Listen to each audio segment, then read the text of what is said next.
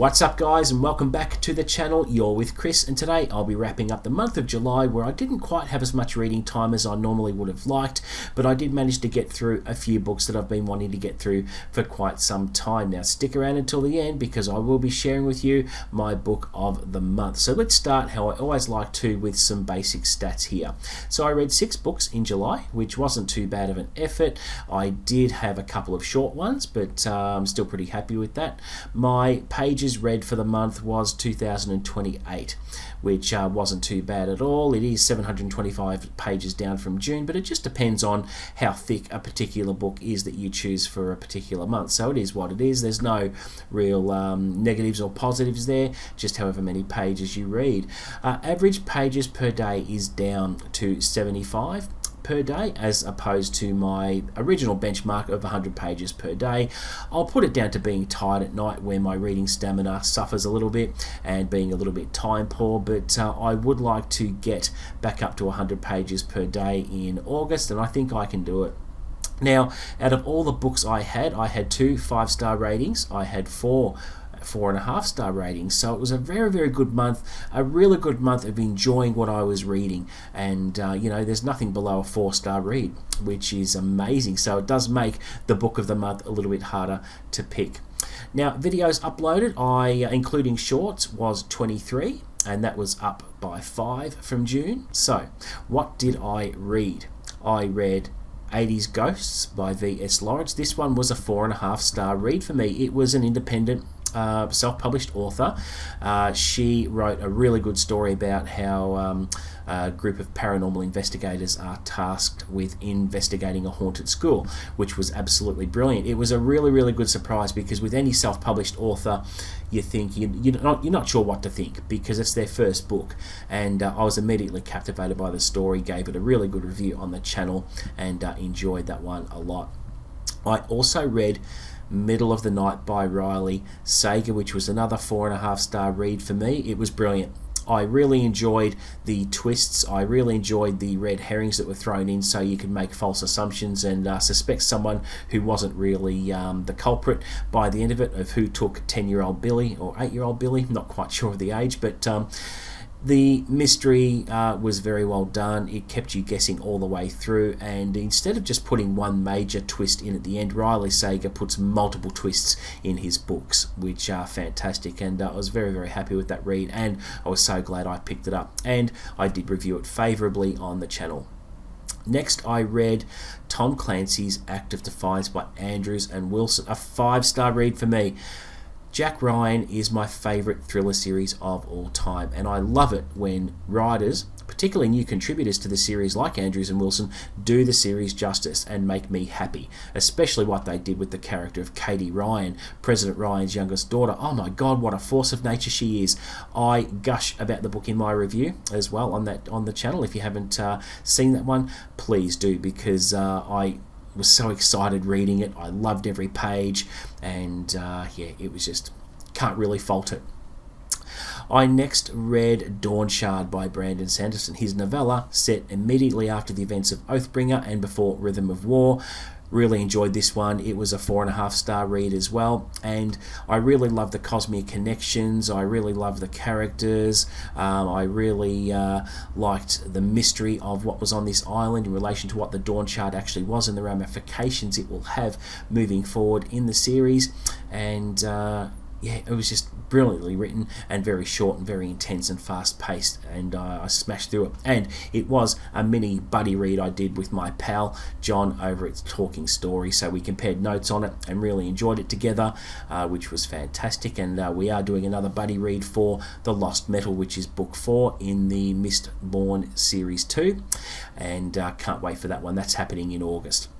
And I also read The Fall by Ryan Cahill, his prequel novella to the Bound and the Broken series, which was brilliant. I didn't know what to expect. I've heard nothing but good things about Ryan Cahill's writing, and picking it up and just getting immersed and dropped straight into this world where it's in the middle of a siege and a massive civil war where an empire is falling, and you've got dragons flying around, there's dragon fire in the air, there's battles going on, you don't know which way to look, you're thinking, who are these characters? And I think he did that on purpose, because I don't expect to have my hand held in a decent fantasy series, and you do need to get your bearings a little bit, and I think that's the best way to do it. Just jump in the deep end, plunge your reader into this world so that you can get the best immersion into his world that he's created, and a really, really good sample of his writing. Now, it left a mark on me, so much so that I've fast-tracked the series. I am wanting to read it ASAP.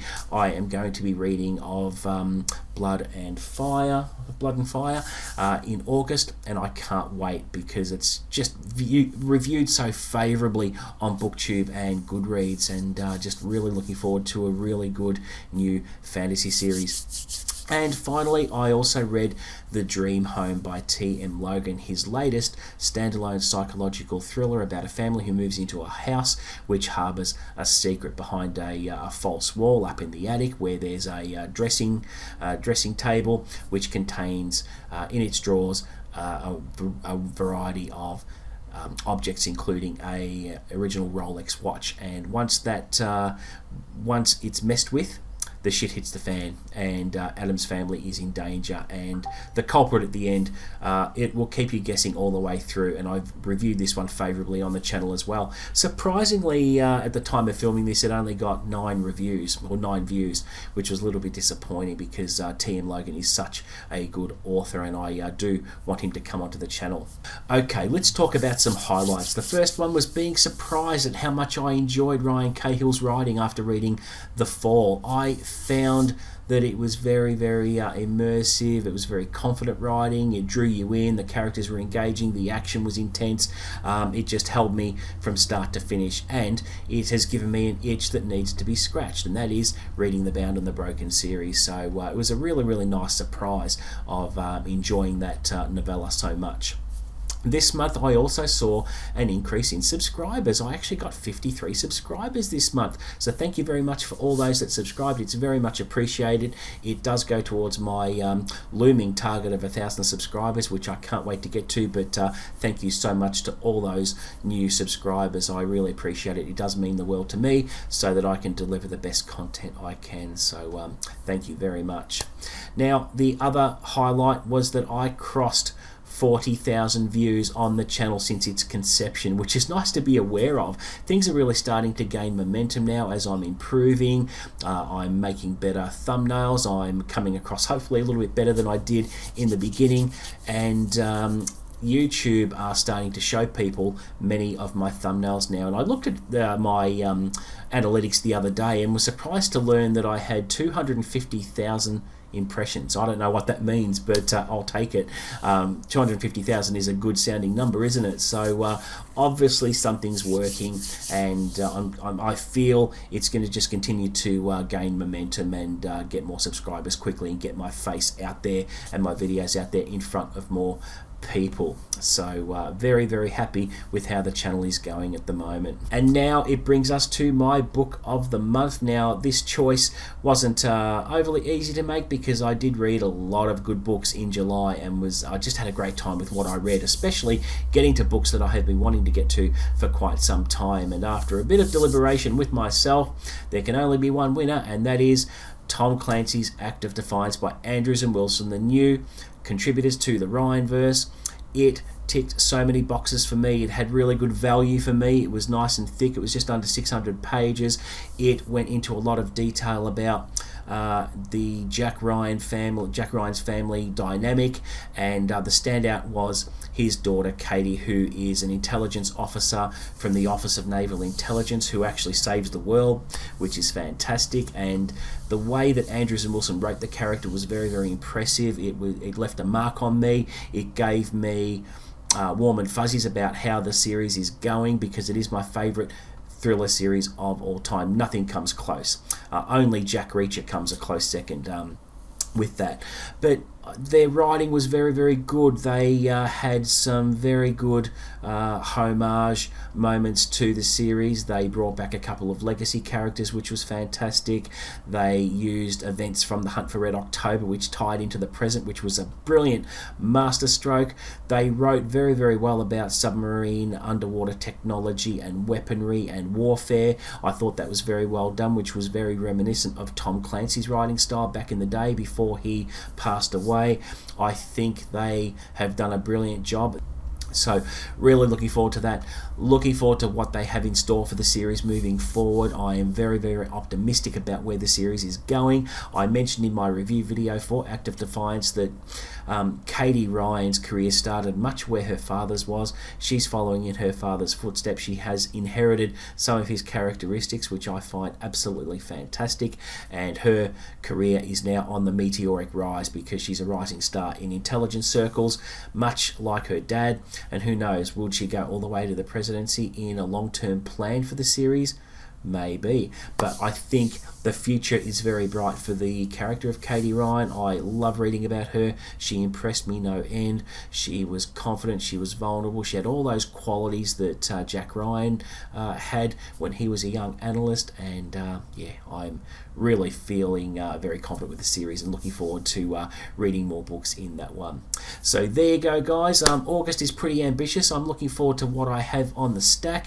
I'll be bringing to you a lot more reviews, and the book I'm currently reading at the moment is called The Tennessee Killers by Jethro Wegener. So Jethro, I apologise for taking so long to read your book, but I am in the middle of it. I'm enjoying it. As soon as I'm done, it will be my first review going up for August, which I'm looking forward to reviewing because it's very, very good. It's better than the first one, mate. So well done, and looking forward to talking it up on the channel. So thank you very much for watching. That is it for my monthly wrap up. Please don't forget to like and subscribe. Offer up any comments below. Of course, I'll always respond to that and aim to give you the best content I can. But until the next video, guys, happy reading.